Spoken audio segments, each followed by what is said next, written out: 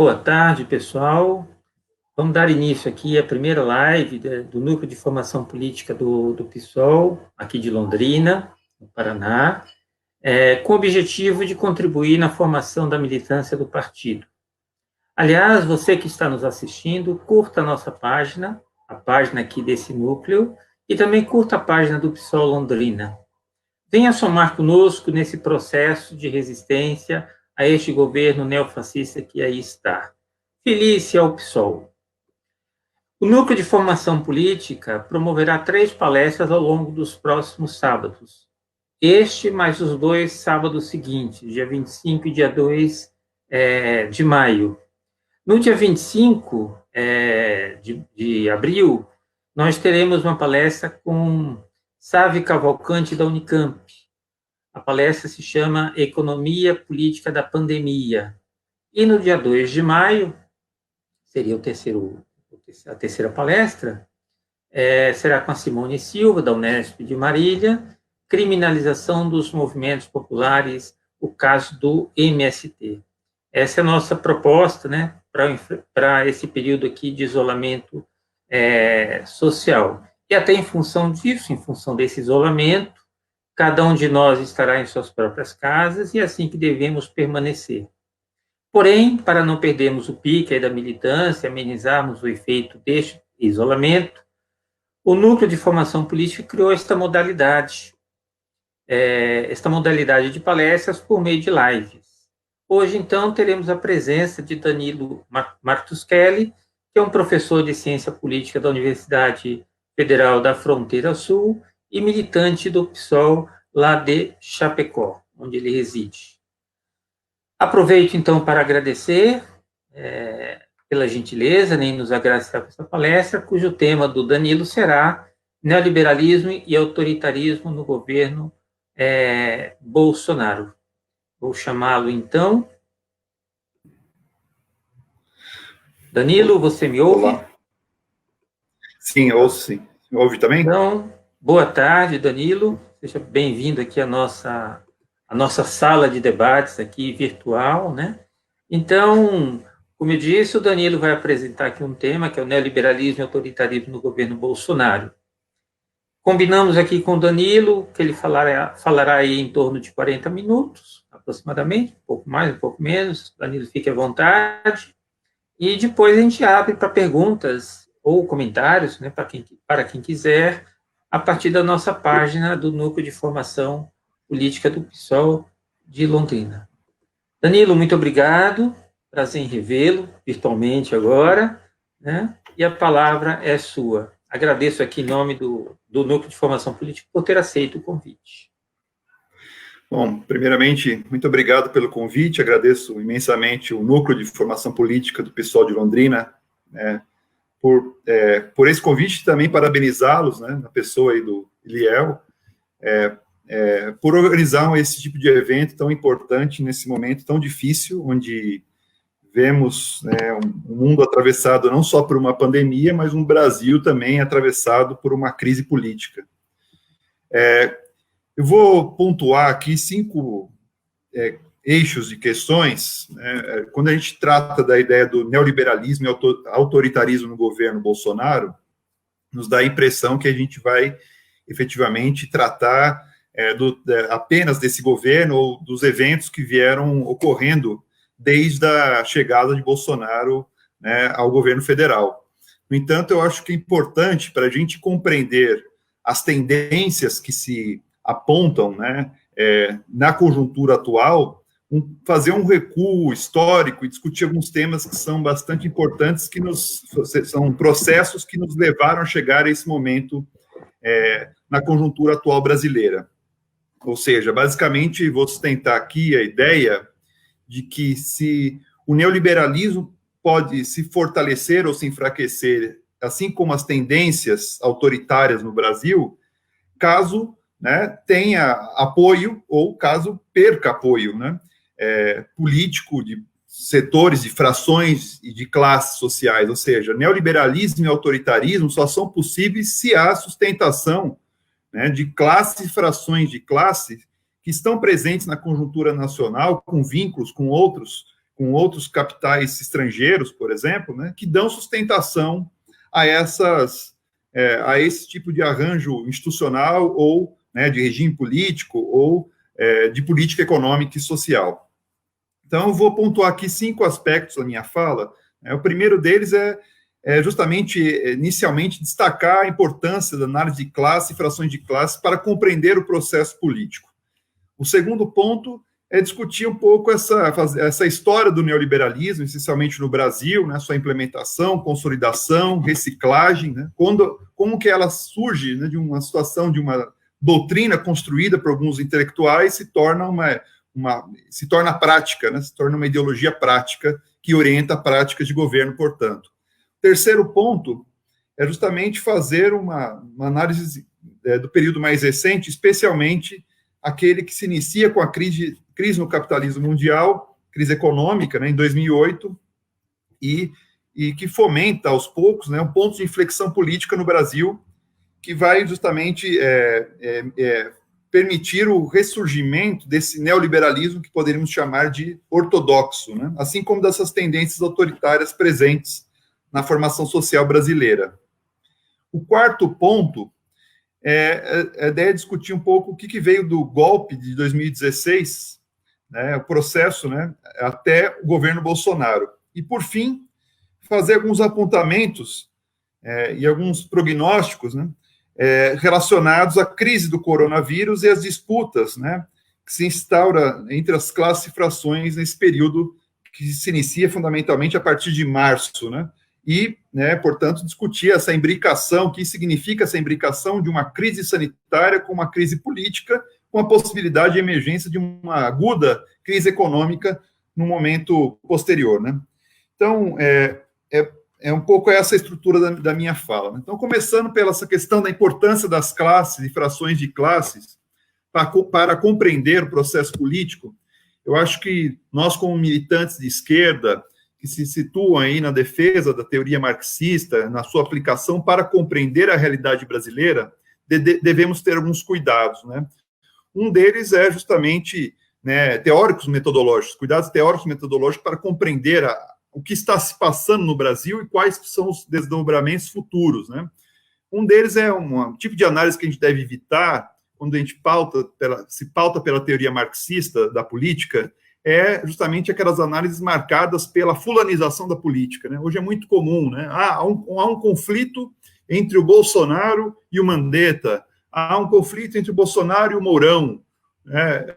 O governador Dória versus, né, o governador, membros da equipe governamental. Então, ou seja, esse tipo de análise se prende muito a essa que eu chamo de fulanização da política, que é a nomes, né, sem indicar claramente quais interesses efetivamente respondem, né, eles representam, e qual o conteúdo da política ou dos arranjos institucionais que essas forças efetivamente estão encarnando no processo político. Um outro tipo de análise que me preocupa bastante, que eu acho que tem às vezes, um caráter muito mais denunciativo do que explicativo, né, de conhecimento da realidade, é aquele que procura patologizar a política, né? Então, ou seja, a gente tem hoje, vários tipos de análise nas redes, nos meios de comunicação e até em trabalhos acadêmicos, né, que vão efetivamente dar centralidade à loucura do presidente, à irracionalidade que representaria as ações do governo Bolsonaro, né, e contraposição, por exemplo, a uma certa racionalidade que poderia ser representada pelo ministro da Saúde, pelos governadores, ou então mesmo até pelo vice-presidente Mourão.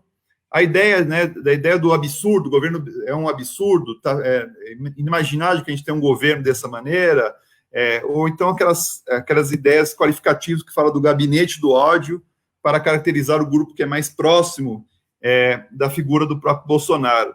Essas ideias, elas podem ter um uso denunciativo do governo, né, pode ter uma implicação, mas elas não correspondem efetivamente a uma análise objetiva, né, não permitem uma análise objetiva, um conhecimento dessa realidade, e mais do que isso, né, elas comprometem depois também, para quem situa no campo da esquerda, pensar aí a própria luta política, Porque, às vezes, essa ideia, por exemplo, que o Bolsonaro é louco, irracional, etc., parece, às vezes, subestimar a força social que ele tem, ou seja, os interesses que ele efetivamente representa, os interesses que estão lhe dando apoio. Então, essas ideias são bastante problemáticas. Uma outra tipo de ideia que tem aparecido também com esse caráter bastante denuncista, que é a ideia da incompetência, né? Como se fosse, ou seja, como claro que existem quadros extremamente desqualificados, né, que ocupam hoje os altos cargos no governo,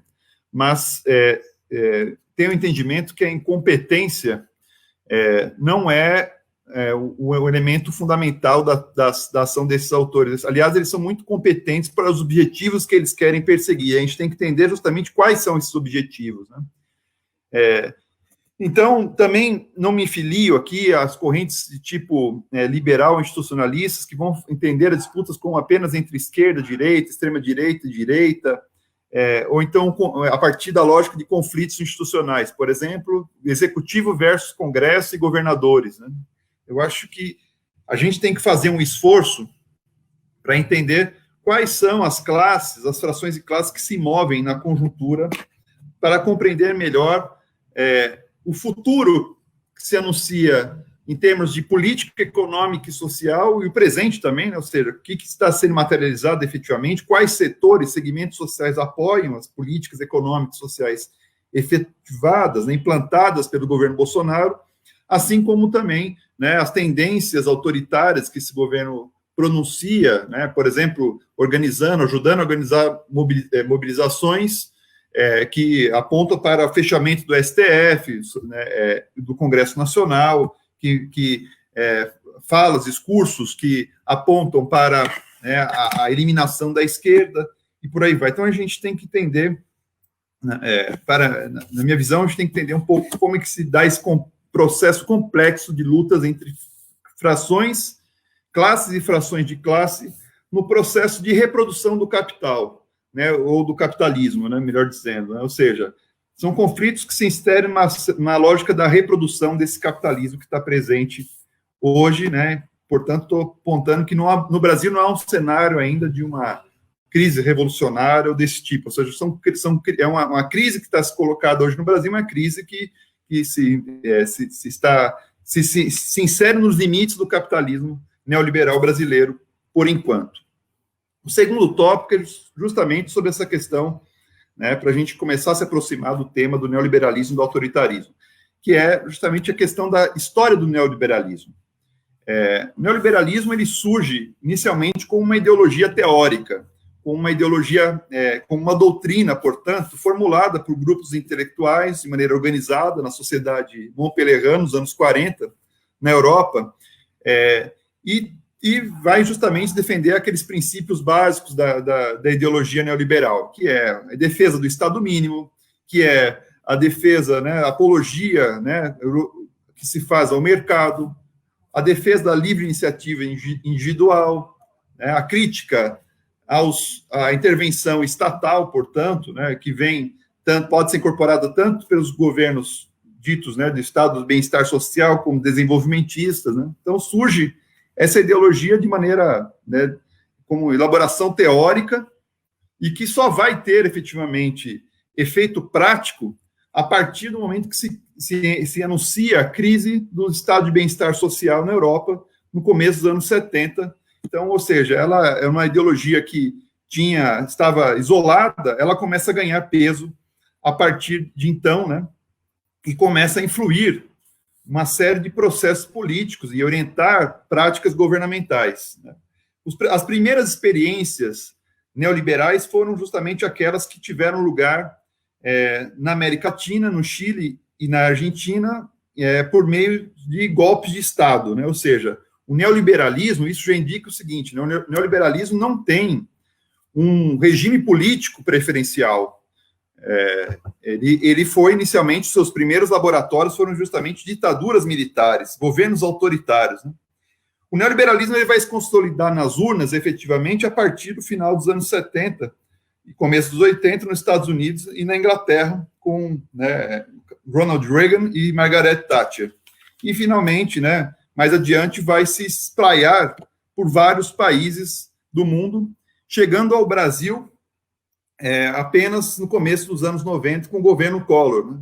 Por que no Brasil não foi implementado o neoliberalismo antes? Porque havia resistência, havia movimento operário organizado, havia movimento popular fazendo greves, fazendo uma série de lutas, havia lutas pelo restabelecimento da democracia, isso implicou em dificuldades para o neoliberalismo se estabelecer. Mas foram nas eleições de 89 que se criou, né, a possibilidade da aplicação do neoliberalismo no país, a partir dos eixos que são fundamentais da política neoliberal, que são basicamente três: redução de direitos trabalhistas e sociais, que fere exatamente os interesses dos trabalhadores de uma maneira geral, das classes médias, e retiram esses setores do bloco no poder, e dá unidade, portanto, política à burguesia, retirar direitos sociais trabalhistas. O segundo eixo é da privatização de empresas e serviços, o que implica, né, privatização das empresas de siderurgia, telefonia, assim como de serviços, como de saúde, educação. E o terceiro eixo da abertura econômica, que tem a sua face comercial, que envolve, portanto, a abertura para a entrada de produtos importados, ou então a sua face econômica, a sua face financeira, que envolve a permissão para a entrada de capital estrangeiro no país. Né? Então, a gente tem um processo que vai o neoliberalismo vai se materializar quanto prática governamental a partir dos anos 90, e vai se consolidar fundamentalmente a partir do governo Fernando Henrique, depois de uma crise que envolveu o impeachment do Collor. Já no final dos anos 90, esse neoliberalismo ele entra um processo de desgaste, não só pelas resistências que se tenta fazer a ele, mas fundamentalmente pelos seus efeitos sobre a formação social brasileira, né? Ou seja, aumento do desemprego, arroxo salarial, aumento da pobreza, desindustrialização, ou seja, o neoliberalismo, na prática, ele apresenta justamente a sua feição antipopular e antinacional.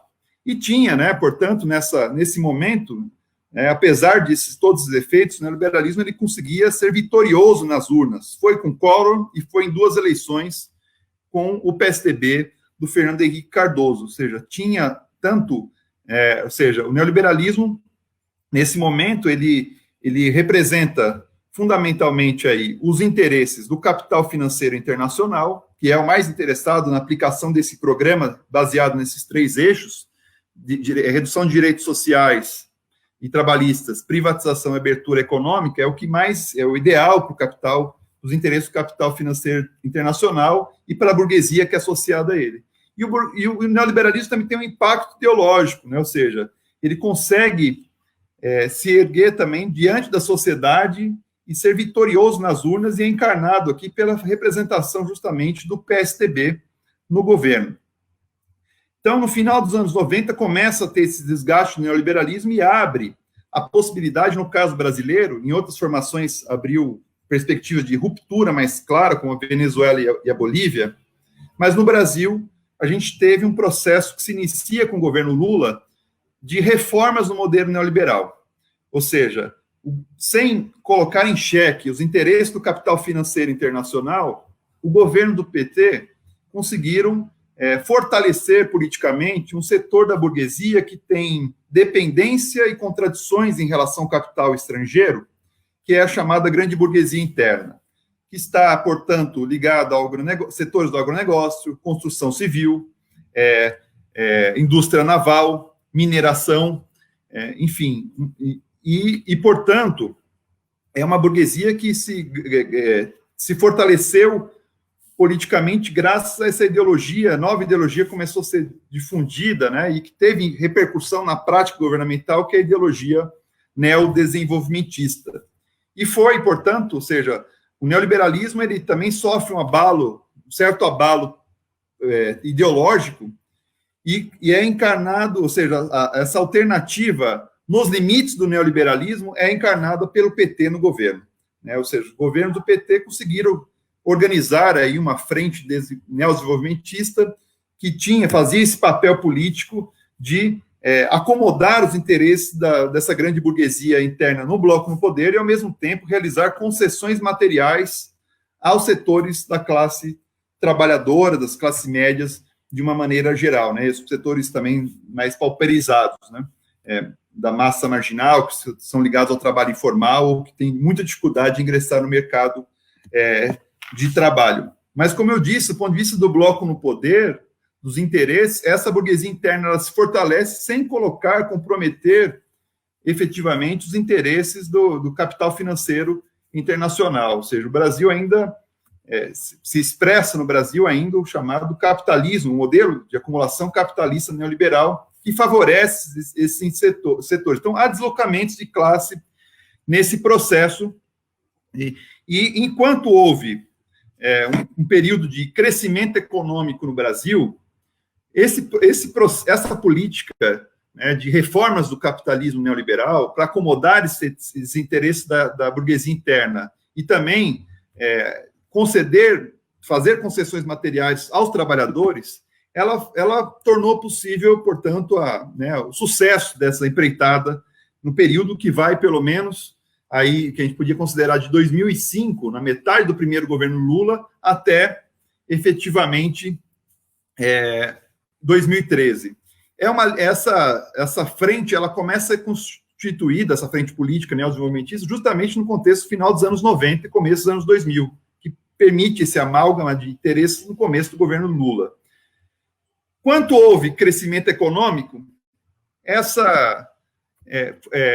foi muito difícil, né, para essas forças mais ligadas ao capital financeiro internacional impor derrotas ou inviabilizar esse processo de reformas do neoliberalismo, né? Ou seja, teve tentativa, ou seja, esse processo de consolidação desse modelo de capitalista neoliberal reformado, ele não foi um processo linear, sofreu contradições, sofreu reveses, né, mas que não comprometeram a sua trajetória, né, ou seja, que não comprometeram o processo gradual de fortalecimento da grande burguesia interna no bloco no poder. Então, quanto havia essa combinação de crescimento econômico no Brasil, que podia se dividir, dividir o bolo, né, fazer concessões materiais, essa experiência foi bem sucedida. No entanto, então, ou seja, né, a tentativa de desgaste do governo na experiência do mensalão, em 2005, depois na experiência daquele movimento Cansei, em 2007, depois daquelas tentativas de criminalização do PT com a ação penal 470, que tinha a ver justamente com o mensalão, elas não conseguiam ser bem-sucedidas porque havia, efetivamente, o país passava por um certo crescimento econômico, tomando uma série de iniciativas que, enfim, implicava numa certa valorização do emprego formal, redução do desemprego, redução da taxa de juros, e por aí vai. Mas a oportunidade colocada já no contexto de 2013, portanto, posterior aí, né, à crise de 2008, que inicialmente se apresentou no Brasil como uma marolinha, ela foi fundamental aí para começar a derrubar, né, uma série de construções políticas que vinham sendo construídas desde o início do primeiro governo Lula, né? Ou seja, a crise de 2008, na verdade, embora o seu impacto imediato não seja, o seu impacto, em termos gerais, não seja imediato para todas as formações sociais do mundo, ou mesmo, às vezes, tem um certo retardo em algumas situações, ela foi fundamental para reorganizar o capitalismo em termos mundiais, e foi justamente a partir de 2008 que começamos a ver uma sucessão de golpes de Estado, de vitórias de governos neoliberais nas urnas, de inviabilização, né? Por exemplo, na Argentina, o Macri foi vitorioso nas urnas em 2015, depois a gente teve experiências, né, de golpe de Estado, antes disso, experiência de golpe de Estado no Paraguai e Honduras, a crise que depois acometeu a Venezuela, e no Brasil também se criou um processo de forte instabilidade, especialmente a partir de 2013, especialmente a partir da experiência da segunda fase, né, das manifestações de junho de 2013. Então, nesse momento, dessa segunda fase, começa a pipocar justamente o discurso, né, sobre a ineficiência do Estado, né, sobre a eficiência e transparência do mercado, e o elemento fundamental, o discurso disparador que permitiu o amálgama, né, dessa frente de oposição de direita aos governos do PT, para fortalecer os interesses do capital financeiro internacional e da burguesia associada a ele, foi justamente o discurso contra a corrupção. Ou seja, foi colocado justamente a ideia de que neodesenvolvimentista, intervenção estatal, políticas sociais, representava a corrupção. Então, o neoliberalismo, quando ele primeiro, para se fortalecer enquanto neoliberalismo ortodoxo, ele precisou criar, né, essas condições ideológicas para poder se efetivar na conjuntura brasileira, ou seja, a ideia, né, afinal de contas, quem pode ser favorável abertamente à corrupção? Ninguém, né? Então, foi o discurso da corrupção foi um elemento fundamental para criar uma certa tática de desgaste dos governos do PT, e a sua fortaleza institucional se constitui, né, com a construção da Lava Jato em 2014, e o que possibilita depois a criminalização de todas aquelas forças, né, que representavam essa tentativa de reformas do capitalismo neoliberal, representadas pelo PT, pela Petrobras, pela indústria da construção civil, especialmente, também indústria naval, que sofreram um baque tremendo, né, a partir desse momento. Né. A gente teve, em 2014, também uma eleição bastante acirrada, o que mostrava que haviam deslocamentos importantes que estavam ocorrendo no campo das relações das classes sociais, e isso tinha impacto sobre a prática política dos governos. Né. Então, o Brasil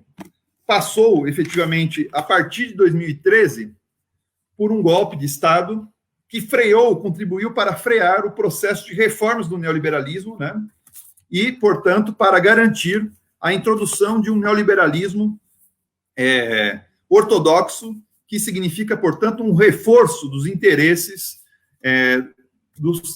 dominantes, das frações dominantes, associados ao capitalismo imperialista, especialmente aos interesses do capital imperialista estadunidense. E aqui se entra a questão, né? Por que foi golpe, né? Que é o eixo do quarto ponto que eu vou trabalhar aqui. Por que podemos dizer que foi golpe? Né? Bom, primeiro porque todo golpe envolve uma disputa em torno do conteúdo da política de Estado e portanto, sobre o processo decisório, controle do processo decisório. Isso estava em jogo.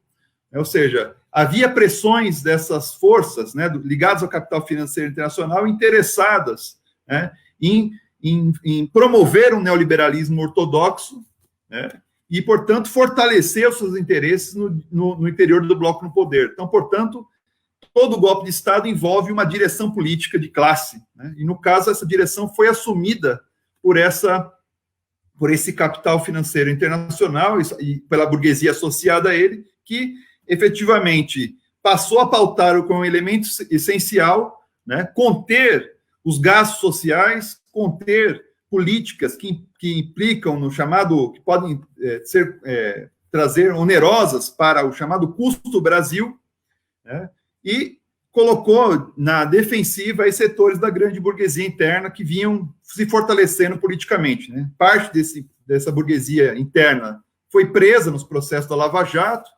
parte passou a aderir, né, parte se omitiu diante do processo, mas parte, efetivamente, passou a aderir à defesa aberta dos princípios neoliberais gerais, né? Ou seja, vamos atacar os trabalhadores e nos inserir de maneira subordinada, de maneira mais evidente, nesse processo pós-golpe. Né? O segundo elemento fundamental que caracteriza o golpe, né? Primeiro, então, portanto, essa disputa pelo controle da política econômica e pelo seu conteúdo. Todo golpe envolve uma mudança, né? Assim como o de 64 também, que era um golpe para barrar as reformas de base. Esse era uma chave daquela explicativa daquele momento. Um segundo fator do golpe é justamente que ele implica uma mudança institucional. Ou seja, tivemos como grandes protagonistas nesse golpe tanto o parlamento, o Congresso, como o judiciário, que tutelou, basicamente, todo o processo aí do impeachment, né, e criou, né, factoides, inclusive, nas mídias sociais, para estimular a população a ir às ruas e defender, efetivamente, o impeachment da Dilma, né? Então, por isso que pode-se falar de um golpe jurídico parlamentar. E o terceiro aspecto que caracteriza esse processo com um golpe é justamente a ideia de existência de um trabalho de conspiração que envolveu o uso casuístico do dispositivo do impeachment, né? Ou seja, uso casuístico porque as pedaladas fiscais, os decretos suplementares que foram utilizados pelo governo Dilma estavam muito longe de serem caracterizados, né, efetivamente como um crime de responsabilidade que pudesse levá-la ao impeachment, né? Eram procedimentos que foram implementados, foram adotados por outros governos, nível federal, municipal e estadual, e que nesse momento, dada a fragilidade do governo, que se fragilizou também porque no ano de 2005, no seu segundo governo Dilma, portanto, início do segundo governo Dilma, começou a implementar uma política de ajuste fiscal que favoreceu, né, uma fragilização, né, da sua base social, tanto do ponto de vista das classes dominantes quanto das classes trabalhadoras, né? Ou seja, o governo Dilma foi se enfraquecendo politicamente aos poucos. Então, é a partir do golpe de 2016 que a gente tem o fortalecimento dessa tendência das chamadas contra-reformas neoliberais, mudanças constitucionais importantes. Aqui eu falo a ideia de contra-reforma, porque a ideia de reforma ela tem uma positividade na sociedade, ou seja, ela informa uma ideia de algo que está melhorando, as pessoas reformam as coisas para melhorar as coisas, mas aqui o que estava em jogo é justamente a retirada de direitos, né? Então, é a partir desse momento que a gente tem, né, a implementação da reforma trabalhista, a primeira tentativa de reforma da Previdência sob o governo Temer, e que foi aprovada agora no governo Bolsonaro, aprovação da emenda do teto dos gastos públicos, que está tendo consequências bastante grandes aí, né, sobre o enfrentamento da pandemia, né, ou seja, governos neoliberais, período mais recente, inclusive, especialmente a partir da emenda constitucional de 95, começaram a deixar de investir na área de saúde pública no país, né, de maneira muito mais acentuada e acelerada do que antes, né. Mudanças que a gente tem também na Petrobras, na política de preço da Petrobras, que se dolarizou, né, e que teve implicações, como, por exemplo, o lockout dos caminhoneiros, né, ou seja, o preço do diesel foi lá em cima e os próprios empresários ligados às transportadoras estimularam esse tipo de pressão naquele momento. Então, mudança também na política de compras da Petrobras, dava preferência para produtos, mercadorias nacionais, quebras da construção civil e da indústria naval, aumento do desemprego, né?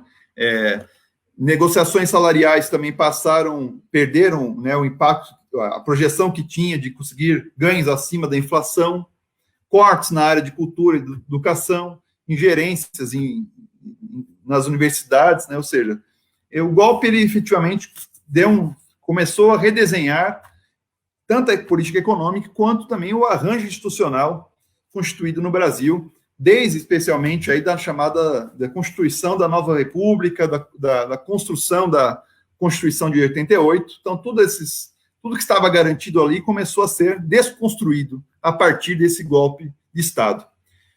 O golpe ele entra numa segunda fase, no começo de 2018, especialmente, quando os militares passam a ter uma presença mais ativa na política, já vinham ganhando, né? Ou seja, os crimes cometidos por militares já não eram mais tratados pela justiça comum, passaram a ser tratados pela justiça militar.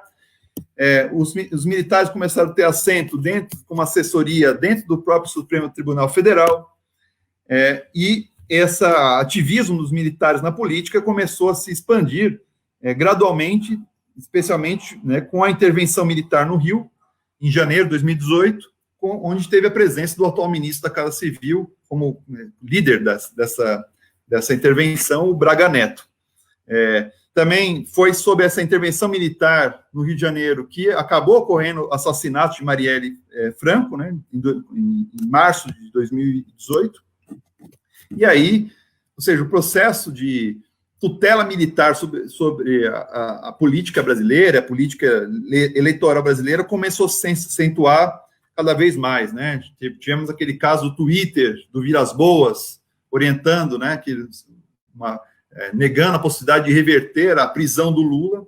Depois a presença, né, outros Twitters, né, os militares passaram a fazer Twitters, né, dar o recado por meio de Twitter para efetivamente retirar o Lula do páreo, e, portanto, aquela força, do páreo eleitoral, portanto, aquela força que poderia representar, se não uma ruptura com o neoliberalismo, mas fundamentalmente o retorno ao processo de reformas do neoliberalismo, a sua atenuação, né, ou seja, a não implementação efetivamente de um neoliberalismo ortodoxo, como a gente vê hoje no cenário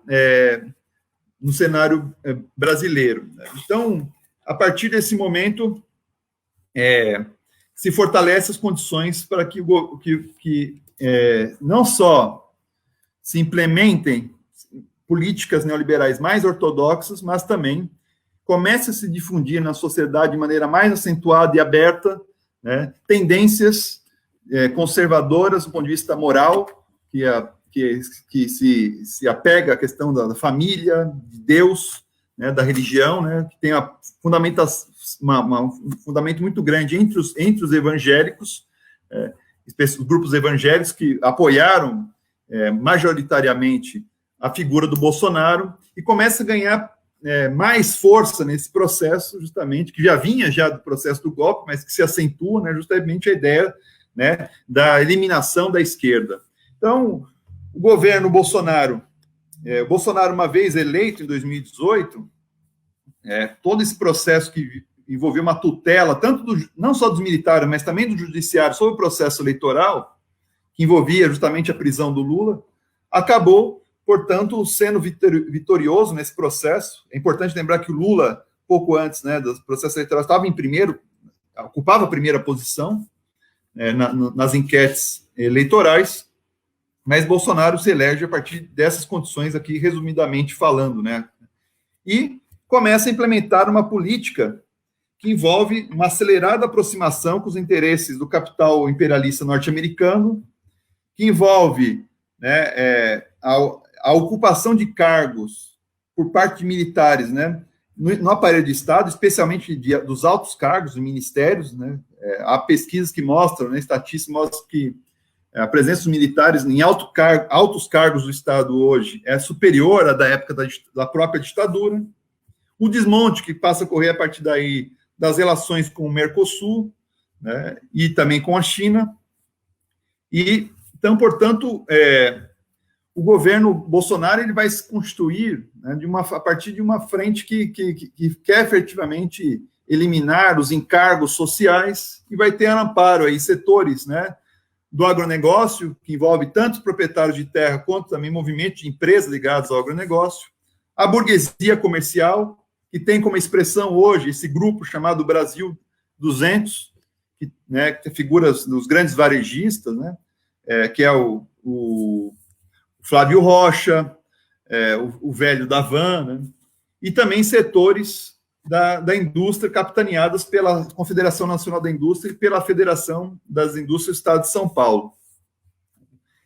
Os banqueiros, eles tendem a ter uma posição mais tendem a se invisibilizar na cena política, mas também foram fiadores desse processo, no sentido de sustentar aquele elemento básico de unidade burguesa, que é a redução de direitos sociais e trabalhistas, que começaram a ganhar cada vez mais força, né, no Brasil desde o golpe. A ideia de que o problema do Brasil é esse custo Brasil, né, e o custo Brasil é conectado com a ideia justamente dos direitos sociais, dos encargos que as empresas têm com folha de pagamento e uma série de outros direitos dos trabalhadores, né. Então, essa é um pouco os elementos setores da burguesia que apoiam o governo Bolsonaro. Mas Bolsonaro também ganhou muito apoio de setores da alta classe média, de grupos evangélicos que foram fundamentais para a sua vitória, né? E foi gradualmente aquilo que se apresentava na campanha começou a se manteve, de alguma maneira, na lógica de atuação do governo, né? Ou seja, o governo começou a não só implementar uma política neoliberal ortodoxa, né, de vinculação e subordinação aos interesses do capital financeiro internacional, especialmente do capital imperialista estadunidense, mas também começou a fazer uma série de criar uma ofensiva contra algumas instituições democráticas no Brasil, como o próprio STF, como o Congresso, com as universidades, né, e movimentos de cultura, e sustentar abertamente discursos da necessidade de eliminar a esquerda, né? Ou seja, isso sem contar o discurso anticientífico, etc. Então, ou seja, o governo ele tem um pé na defesa do neoliberalismo ortodoxo, que tem uma representação não só, vamos dizer assim, que une o conjunto da burguesia, né? Mas também tem um pé aí nesses movimentos que a gente pode identificar, né, com movimentos inspirados por uma certa ideologia fascista, autoritária, reacionária, que vai justamente propagar as fake news, que vai combater o discurso científico, que vai combater o lugar onde esse discurso científico, onde se produz ciência no Brasil, que são as universidades, institutos federais, que vai combater a cultura, né, especialmente aquelas manifestações culturais que questionam valores da família tradicional, que questionam valores ligados a figuras religiosas, e por aí vai. Ou seja, o governo também empreende aí uma chamada disputa ideológica, alguns chamam de guerra cultural, para se manter e para ganhar base social, né? Então, o governo ele tem ou seja, ele age tanto na linha do neoliberalismo ortodoxo, que cria essa unidade, especialmente com os interesses dos grandes empresários da área do comércio, do agronegócio, da indústria, e ataca os interesses dos trabalhadores, como também se revela aí essa outra frente que garante a sua base de apoio, que é justamente essa frente reacionária que faz o embate ideológico fundado nos princípios de um certo conservadorismo moral, né? Isso faz o governo ter uma base de sustentação social, portanto, que está ancorada em setores do grande capital, mas também em setores das classes médias, né? Especialmente das altas classes médias. O que acontece no período mais recente, né? O que acontece é que, com a chegada do coronavírus, né, da Covid-19 ao Brasil, se tem um processo que aquela certa tensão, aquela contradição que se estabelecia entre as forças bolsonaristas, por assim dizer, né, e as forças que seriam hegemonizadas pelo PT, que compreendia aí o campo progressista, essa contradição que, de alguma maneira, marcou as eleições de 2018, ela começou a ceder lugar para um outro tipo de contradição nesse processo de crise política que a gente assiste hoje. Então, a gente tem um processo de pandemia, de crise sanitária a nível mundial, que ainda não marcou presença, como tem marcado presença em países como Estados Unidos, Itália e outros mais, né? Mas que vem chegando, né, vem crescendo consideravelmente no país. Então, portanto, a gente tem essa crise sanitária com uma crise política que se expressa, né, vinculada justamente a essa crise sanitária. Então, ou seja, basicamente, a contradição principal hoje que fomenta, né, uma série de outros conflitos, que orienta uma série de outros conflitos, é aquela que se expressa entre, né, as forças que estão abrigadas no bolsonarismo e, portanto, compreende os negacionistas, aqueles que querem que se propagam discursos anticientíficos, que querem evitar o isolamento social. Aqui acho que é importante até ressaltar que tem parlamentares, tem políticos, personalidades aí, que falam até que o contágio é importante para criar anticorpos, né? E, portanto, essa ideia que muitas vezes é formulada do isolamento vertical, que implica separar os grupos de risco, né? São ideias falaciosas para criticar, são apresentadas ao público, né? Porque, na verdade, são inviáveis, né? Ou seja, o isolamento vertical é inviável numa sociedade de massas como a nossa, assim como a ideia de evitar aglomerações depois que foi liberado, foram reaberto o comércio, né? Ou seja, essa visão, né, negacionista é sustentada pelo Bolsonaro, mas não é pelo maluco do Bolsonaro, como havia comentado inicialmente apenas, né, por uma irracionalidade, um sujeito que não respeita as autoridades sanitárias mundiais, né, mas ela tem apoio político desses setores do empresariado que estão apoiando, né, o bolsonarismo, que são setores ligados à chamada Diálogo pelo Brasil, que é capitaneada pela Fiesp, pela CNI, a figura do Paulo Scaff, especialmente ali, dos industriais, pelo Brasil 200, né, por setores do agronegócio, que estão fazendo campanhas, né, pelo retorno das atividades, né, porque o Brasil não pode parar, né, um lema muito parecido com a trágica lema adotado pelos empresários italianos, especialmente em Milão, né, que também falavam, Milano não se ferma, Milão não para, e que teve hoje a catástrofe que eles colheram naquele país, né? Então, esses setores estão interessados em não parar as atividades e no interior desse, né, conjunto desse empresariado, aí, vamos dizer assim, algumas tensões, né, que se expressaram um pouco aí nessas conflitos entre o agronegócio e setores do agronegócio com algumas das posições assumidas pelo Eduardo Bolsonaro, pelo Ernesto Araújo, do ministro das Relações Exteriores, e também pelo Weintraub, que é o ministro da Educação. Ou seja, são fissuras que ocorrem, né, porque eles falam justamente a ideia do vírus chinês, né, acaba comprometendo relações diplomáticas desses setores do Brasil, né, principalmente setores do agronegócio, com a China. Né, teve uma série de problemas que ocorreram aí, foram matérias na imprensa, né, e que pode estar ligado justamente a esses setores, um certo descontentamento dos setores do agronegócio com essa investida ideológica que o Bolsonaro, ao se aliar aos Estados Unidos, quer fazer contra a China, né? O Bolsonaro se posiciona favoravelmente aos Estados Unidos no tabuleiro geopolítico, né?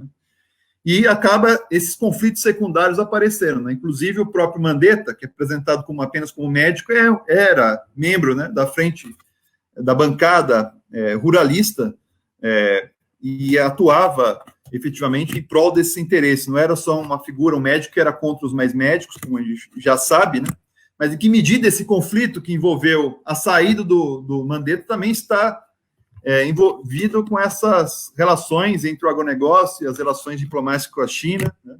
Então, esses são elementos para serem pensados, né? Então, ou seja, tem esse campo que é o campo do negacionismo, né? O que nos permite dizer que é totalmente fora de sentido essa tese de pensar o Bolsonaro como um presidente decorativo, né, ou operacional, que agora seriam governos governados pela racionalidade dos militares. Não, os militares estão compromissados com essa política neoliberal no Brasil, não têm compromisso com a soberania nacional efetivamente, já mostraram isso em outros momentos, né? Podemos pegar uma série de eventos aí, de Embraer, né, base de Alcântara, enfim, são elementos que mostram que esses setores estão muito distantes de um compromisso com um nacionalismo de esquerda ou progressista, né?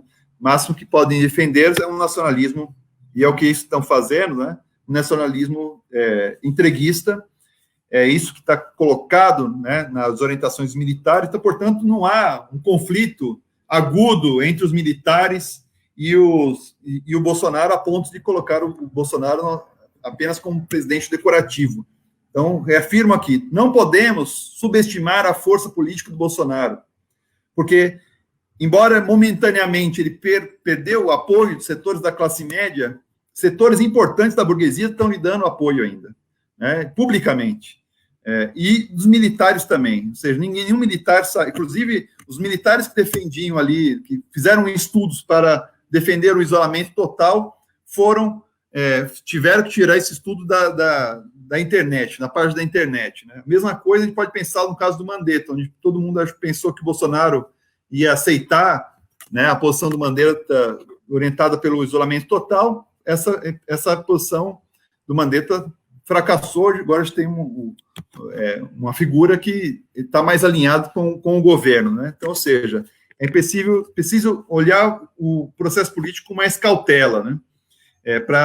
Antes de chegar à ideia de política como fato consumado, que agora não tem mais governo, que é um desgoverno, que é um governo que Bolsonaro é só decorativo. Eu acho que não há razões suficientes para chegar a sustentar essa ideia. Então, portanto, você tem esse campo dos negacionistas, que também incorpora os evangélicos, né, que estão pressionando pela abertura dos cultos. Aqui em Santa Catarina fizeram um movimento, né, em que falava que é necessário voltar às atividades comerciais e religiosas, são importantes, né, são ligadas, associadas, e são importantes para Santa Catarina.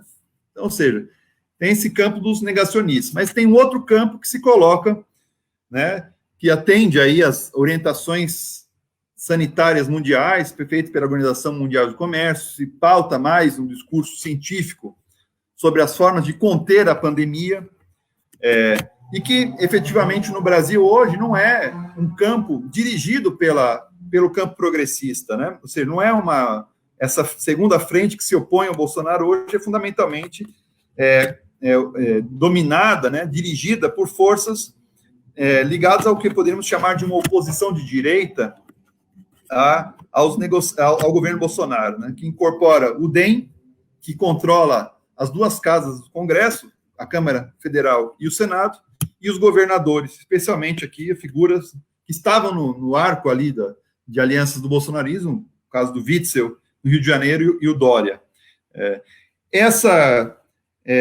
Então, portanto, se coloca a chegada do debate sobre a pandemia, coloca essa divisão de forças. A esquerda, o campo progressista de maneira geral, se coloca de maneira subordinada nessa segunda frente, que é favorável ao isolamento total, mas tem uma postura ainda muito reativa ou muito frágil para dirigir efetivamente esse processo. Isso não quer dizer que não existam atuações, né, nos parlamentos, diferentes cidades, estados, ou mesmo de governo de estado, ou ações que estão sendo feitas em termos de entrega de alimentos ou posicionamentos políticos públicos, né? A resistência está ocorrendo, mas ela tem um caráter muito reativo, muito frágil, e ela ocupa um papel secundário nesse segundo campo aí de luta, de tensões contra os negacionistas, que fundamentalmente constituem a frente bolsonaristas, que tem fortes ingredientes fascistas também, ou seja, essa ideia de eliminar a esquerda, de produzir fake news, de combater o discurso científico permanentemente, são elementos que mostram esse movimento em curso. E aí, já estou indo para o final, né?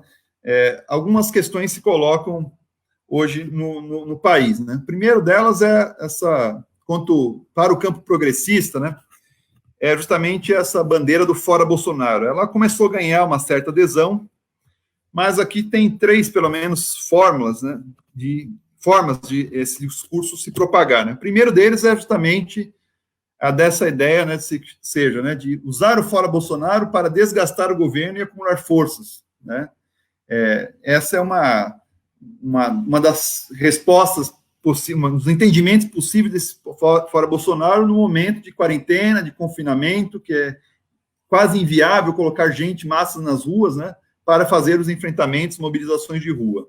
A segunda é uma posição que eu considero mais ingênua, que foi defendida por lideranças aí, né, pelo Haddad, pelo Boulos, pelo Flávio Dino e pelo Ciro Gomes, que é a ideia da renúncia, né? Acho que muita ingenuidade entender que o Bolsonaro iria aceitar isso aí, subestimar o seu poder e superestimar os poderes das forças populares que estão efetivamente ocupando uma posição secundária nessa luta pelo isolamento total.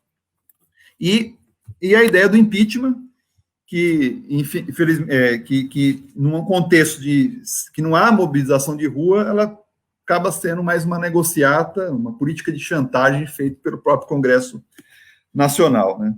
Então, o que a gente também observa é que o máximo que a gente pode perceber que, como política, a orientação fundamental desse segundo campo, né, que faz oposição ao bolsonarismo, é a sustentação de um horizonte, de um chamado, que eu poderia chamar aqui de um keynesianismo de crise, né? Ou seja, fazer com que o governo efetivamente invista em política de renda básica, evite demissões, coloque recursos para o SUS, reduza tarifas de serviços básicos, subsidie pequenos, micros e médios empresários, e até mesmo aplique imposto sobre grandes fortunas, né? Mas essas orientações, as mais radicais, como imposto sobre grandes fortunas, não ganha adesão dessa coalizão aí que hoje defende, né, que é uma coalizão dirigida pelos grupos de direita, e, portanto, enfim, não vão caminhar por essa tendência de um keynesianismo mais duradouro. Mesmo nos países onde está sendo implementado esse chamado keynesianismo de crise, né, como, por exemplo, na Inglaterra, sabe-se lá se vai conseguir ter força para permanecer. Tudo vai depender também das relações de classe que se instauram no Brasil, né? Mas aqui no Brasil, incrivelmente, né, lamentavelmente, o Bolsonaro critica, inclusive, esse keynesianismo de crise, entendendo que a forma para garantir o funcionamento da economia é justamente voltar às atividades do comércio, da indústria, dos serviços, e por aí vai, né? Então, a gente tem uma situação bastante difícil, né, como um movimento de superação do neoliberalismo ortodoxo em escala internacional, né? O que a gente vê anunciado é muito um keynesianismo de crise, mas vai depender de uma série de outros eventos para que o neoliberalismo, né, se efetivamente se aponte como não sendo um horizonte possível vindo essa pandemia, né, ou nesse processo que a gente está vivendo aí. Também há um reduzido espaço, embora a conjuntura ela crie essa janela de oportunidades, mas ainda se propaga de maneira muito reduzida, né, uma crítica efetivamente ao capitalismo, né, mesmo que os capitalistas hoje afirmem abertamente no Brasil que a economia é mais importante do que a vida das pessoas, né, inclusive fazendo carreatas, fazendo discursos públicos na mídia, né, falando que se morrer 5 mil, 7 mil faz parte, né. Então, ainda não está em curso, efetivamente, não está dado, né, que o neoliberalismo será derrotado. Muito pelo que a gente tem que pensar com ponderação, que há uma disputa a ser feita, né, e que um keynesianismo de crise pode abrir precedentes para esse embate, né, pelo menos de isolamento dessas tendências neoliberais mais ortodoxas, né, num contexto que ainda as ideologias socialistas, de ruptura com o capital, efetivamente ainda ocupam um espaço muito reduzido, inclusive nas organizações de esquerda, né, como um elemento central da luta, né. Por outro lado, eu queria também, para concluir definitivamente, sei que já estourei o tempo aqui, só apontar a questão dessas tendências autoritárias. Então, ou seja, em relação ao neoliberalismo, acho que ainda a base de sustentação social, não só para garantir a sua continuidade, né, setores empresariais estão comprometidos com essa bandeira, setores também que apoiam da classe média estão comprometidos com essa bandeira. O campo progressista ainda precisa ganhar forças, né, e no momento de confinamento é difícil fazer esse embate, né. Então, inclusive as forças que estão em disputa hoje, né, tanto a força que defende não isolamento como isolamento sustentam o neoliberalismo, então, ou seja, a vida da política neoliberal ainda não está em risco, né. Por outro lado, é possível ver que há desgastes, né, e que, especialmente com a figura presidencial, mas não há ainda, né, não está no horizonte ainda a queda do Bolsonaro. Inclusive, os seus discursos favoráveis, né, a retorno das atividades se tornaram muito efetivos na prática, as pessoas começaram a voltar para as ruas, voltarem às suas atividades normais, né, cidades, comércio começou a funcionar, agora se pressiona para os cultos, academias de esporte voltar, o Bolsonaro já tinha anunciado a volta das escolas, né, ou seja, um discurso que pode ter sido questionado pelo Ministério da Saúde, por forças progressistas, mas que tem um efeito, né, um presidente falando disso tem os seus efeitos, né.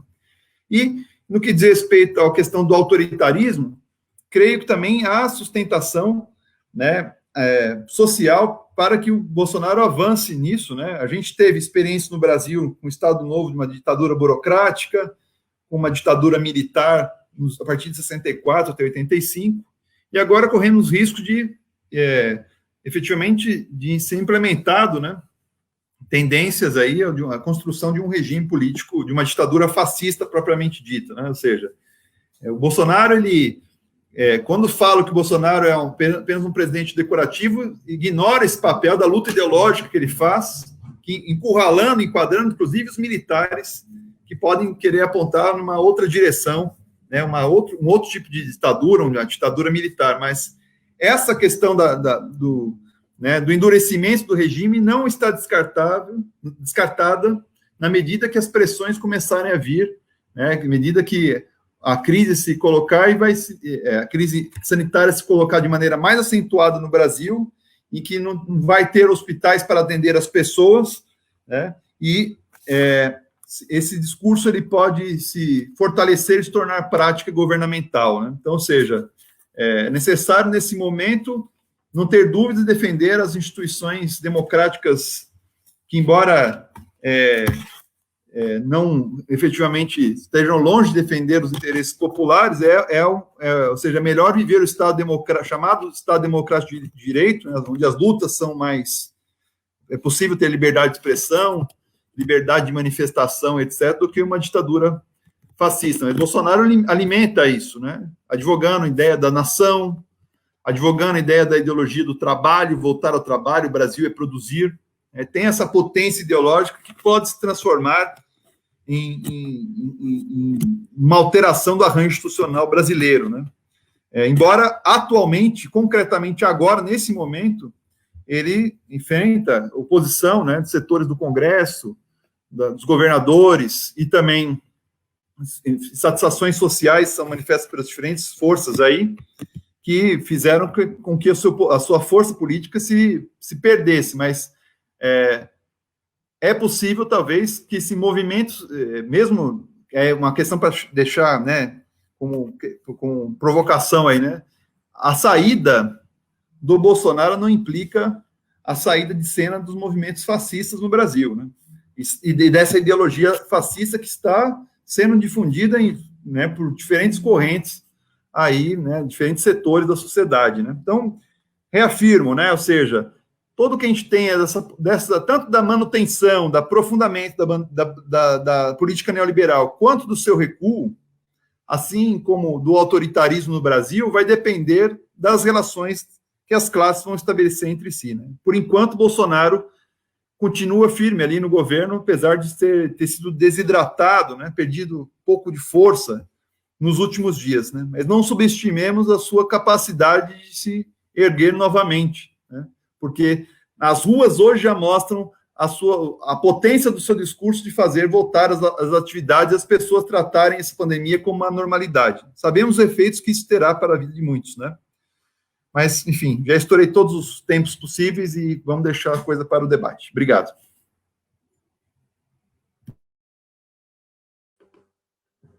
Obrigado, Danilo. Realmente estourou um pouco o tempo, mas tudo bem, não tem problema não. Estamos no isolamento social aqui, então temos tempo. Mas, de qualquer maneira, brigadão. Enquanto você expunha suas ideias, surgiram algumas questões aqui da pessoal que está nos assistindo, e eu vou te passar. A Raíssa Costa, ela pergunta o seguinte: na sua opinião, qual é a melhor estratégia para conter os avanços do neoliberalismo? E a Raíssa também, um pouco mais adiante, ela pergunta assim, na sua opinião, né, se existe interesse por parte da direita no cancelamento das eleições municipais. Tem outras aqui, mas mudam o foco. Se você quiser comentar rapidamente essas duas questões.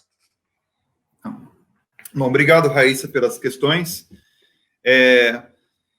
Eu vejo o seguinte, né? Eu acho que a esquerda ela tem que ter um claro discurso antineoliberal formulado, né? Às vezes esse discurso é muito difuso quando apresentado à sociedade. Eu acho que dois elementos fundamentais, né, dessa estratégia, né, do campo progressista para conter o neoliberalismo está justamente na defesa de pilares básicos, né,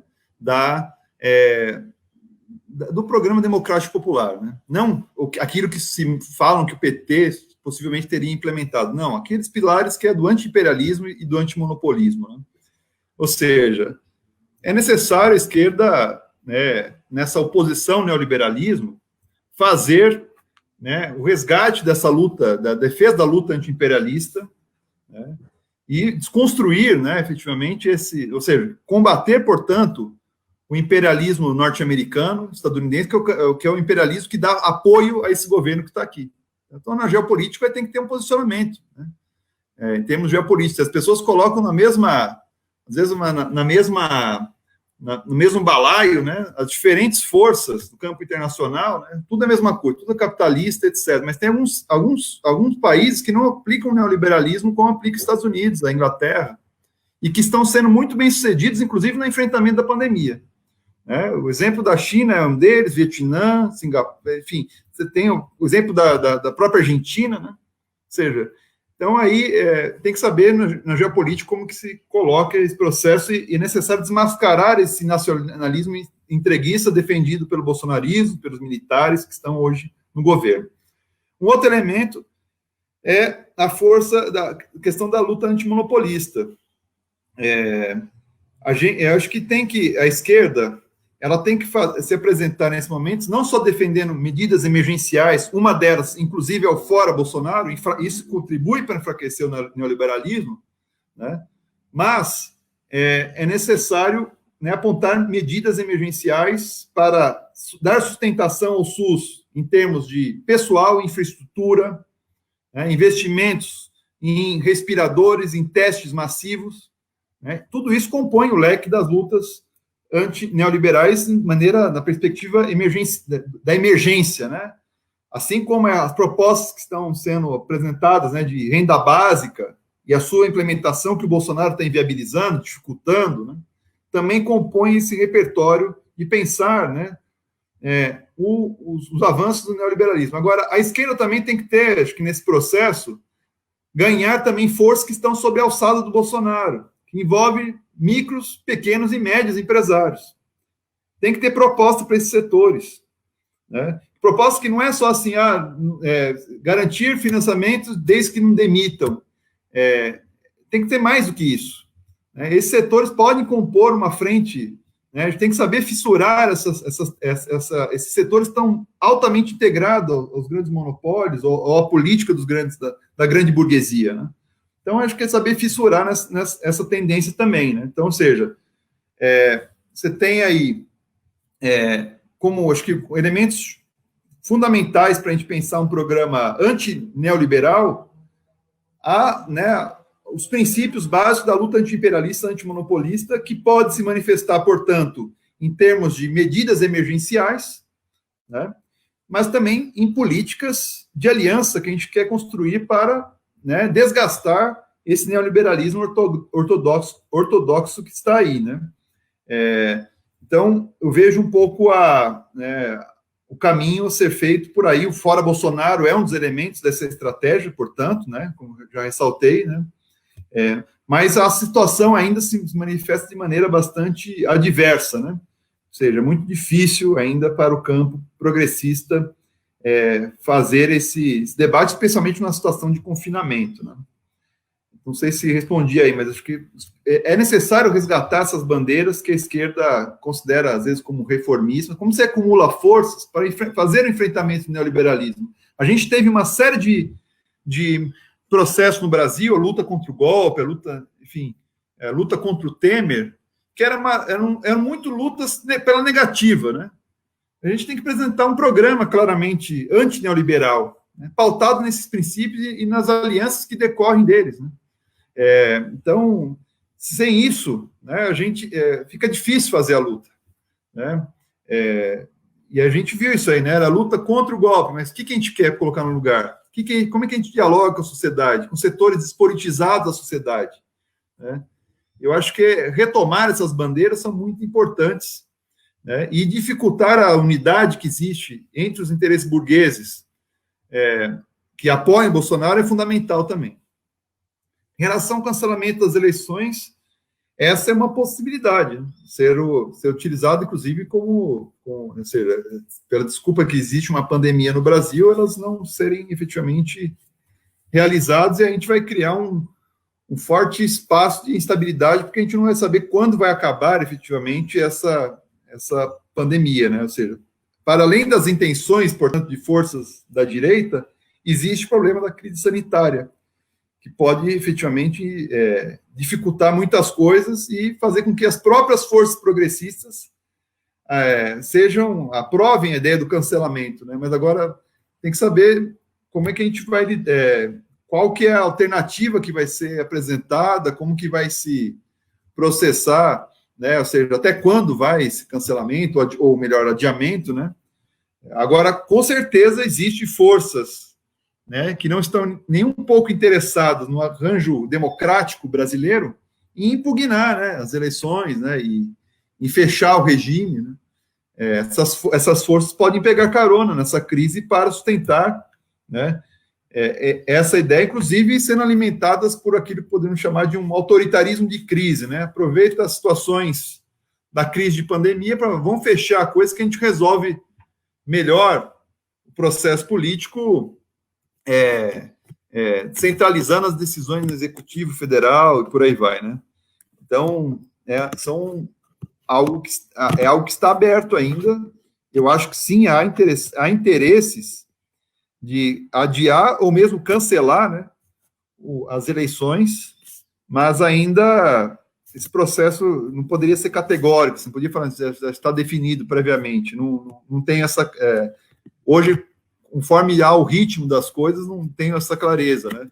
Inclusive é isso, nós, do campo progressista, vamos ter que lidar com essa questão caso a pandemia. Como é que a gente vai fazer um processo eleitoral com as pessoas confinadas, né? Então, esse é algo que a gente vai ter que discutir também, para ver como resolve esse problema, né? Eu acho que com isso, Danilo, você acabou comentando também, de certa maneira, a pergunta que a Ângela Silva Leonardo fez, né? Dessa ameaça de adiamento das eleições, até cancelamento do processo eleitoral. Há uma outra questão aqui também, que foi levantada pela Janaína Citolin. Ela pergunta o seguinte: Danilo, sobre a questão da manutenção daquela emenda constitucional, né, 95, do teto dos gastos, é possível considerar no cenário político atual, na suspensão desse teto de gastos, para que, de alguma maneira, né, isso dê sustentação à economia brasileira? Bom, obrigado, Janaína, pela questão. Eu acho que é o seguinte, a esquerda socialista, inclusive, né, principalmente, deve não ter medo do endividamento público nesse momento, certo? Eu acho que a primeira questão é essa, né? Ou seja, a gente tem que fazer a pauta que é necessário o Estado capitalista, ele tem o endividamento público como um aspecto estrutural, né? Então, e se esse endividamento é necessário para financiar saúde, equipamentos, testes, renda básica, atividades em setores que estão quebrando, entrando principalmente micros, pequenos e médios empresários, né, setores que estão na informalidade, setores que estão desempregados. Se é necessário ajudar essas pessoas, a gente não tem que ter dúvida dessa defesa, né, do endividamento público como um aspecto fundamental para resolver a vida dessas pessoas, né? E aqui é o discurso justamente, a gente tem que colocar, sem separar, né, como hierarquizar, né, o que faz a direita? Coloca a economia, né, versus a vida, né? Tem que escolher, né? Ou a economia ou a vida. Aqui a gente pode fazer os dois ao mesmo tempo e, especialmente, adotar políticas que efetivamente atendam esses setores mais vulneráveis da sociedade, mais pobres, que estão em situação de desemprego, processo de falência, etc. E sim, né, acho que essa é uma das pautas que acabei não mencionando na minha fala, fundamentais, né? A revogação não é adiamento, suspensão provisória, né? É revogação da emenda constitucional 95. Essa é uma das pautas que eu considero fundamentais, inclusive considero que são pautas que estão muito ligadas ao pagamento da dívida pública, né? Ou seja, é você conter os gastos para garantir o pagamento da dívida, assim como a lei de responsabilidade, a intocável lei de responsabilidade fiscal aprovada no final dos 90, que cria um verdadeiro gargalo para estados e municípios que não conseguem fazer pagamento de folha de pagamento, fazer políticas sociais, etc., né? Tem um aspecto que eu acho que é fundamental dessa conjuntura, né? A crise de 2008, ela atingiu o coração do sistema financeiro e os bancos apareceram naquele contexto para salvar essas instituições financeiras, especialmente nos Estados Unidos e alguns países da Europa. Ela depois repercutiu no longo prazo, né? Ela trouxe à tona depois no longo prazo, ou seja, o pagamento dessa dívida, desses gastos do Estado. Né? Como? Via austeridade fiscal. Via austeridade fiscal que uma austeridade fiscal que não que não aumenta as receitas, mas que visa uma mudança, né? Que é justamente a ideia que ataca os gastos sociais, né? Ou seja, quando a gente discute essa política a política fiscal em geral, nunca se fala em aumento das receitas via taxação de grandes fortunas, investimentos, etc. É sempre o lado do gasto social. Então, a revogação desse emenda constitucional é fundamental para a gente garantir o interesse das pessoas, dos trabalhadores, né, do sistema público de saúde, em toda a sua... Né, e também as pesquisas científicas são relacionadas para conter essa pandemia. Ela é um aspecto fundamental, né? E concluo essa parte aqui dizendo o seguinte, né? A esquerda tem que ter muito cuidado para não inflacionar muito as pautas que muitas vezes apresenta a sociedade, né? Porque geralmente elenca uma série de pautas e não hierarquiza essas pautas, não dá centralidade a umas em detrimento de outras, né? Então tem que ter um amplo leque de pautas, que aí fica difícil fazer a luta ideológica, a luta política. Vejam só como o bolsonarismo é malandro nesse aspecto, né? São pequenas pautas, né? Respostas rápidas, né? Eles têm resposta para tudo, né? E muito rápida, né? Não estou dizendo que é isso que eles estão dando um ensinamento para a gente, mas em termos de interpelação do povo é necessário aglutinar as coisas, né? Hierarquizar as bandeiras, né? E certamente essa da emenda constitucional 95, a sua revogação é fundamental para esse processo. Assim como acho que é necessário que a gente começar a mexer nessa lei de responsabilidade fiscal também, que tem deixado os municípios e estados em apuros no país. É isso. Valeu, Danilo. Tem mais questões aqui que eu vou passar para você. Na verdade, assim, eu acho que ao responder a Raíssa, você, de certa maneira, responde um pouco aqui a um comentário do Valdemir Costa, que ele diz assim, né, ele acha importante, né, resumindo um pouco aqui o comentário dele, ele acha importante todas essas análises, né, para mostrar a realidade atual, a conjuntura nacional, porém ele se questiona o seguinte, não é o momento de propor soluções concretas e exequíveis para a nação?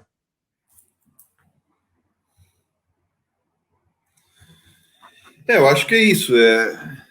A ideia das medidas emergenciais são importantes, né? Acho que, assim, uma questão que acho que é bastante exequível é a defesa enfática, sem medo, né? Do isolamento total, né? A quarentena total. Esse é um aspecto importante, mas isso não pode vir dissociado de aspectos que vão atender as pessoas que deixaram de trabalhar, estão entrando em processo, tornando desempregadas, e por aí vai, né? Portanto, aí que está, né? Ou seja, essa trava da emenda constitucional 95 é um elemento importante ser retirada para que políticas de renda básicas, né, de caráter até universal, possam ser implementadas nesse momento. Né? Gastos com testes massivos, como havia falado, né? com respiradores, compra de respiradores. Nos Estados Unidos, até estão discutindo se a indústria de automóveis tem que ser agora ceder lugar, né, para a produção de respiradores. Estão tendo dificuldades ali, né? Morrendo milhares de pessoas estão morrendo nos Estados Unidos, né?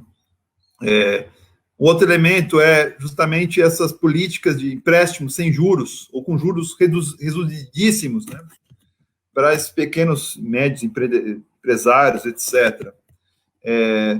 Políticas que contenham a demissão de trabalhadores, que cria, né, financia essas empresas, que elas evite, portanto, o desemprego nesse momento. Agora, que é isso? Ou seja, não pode se fazer o isolamento social, né, que eu acho que é o que está mais amparado no discurso científico, né, porque a gente não tem um sistema de saúde, embora o SUS seja fundamental, né, para o Brasil, né, um sistema de saúde público que os Estados Unidos não conta, por exemplo, com esse tipo de serviço, as pessoas estão tendo que pagar os testes.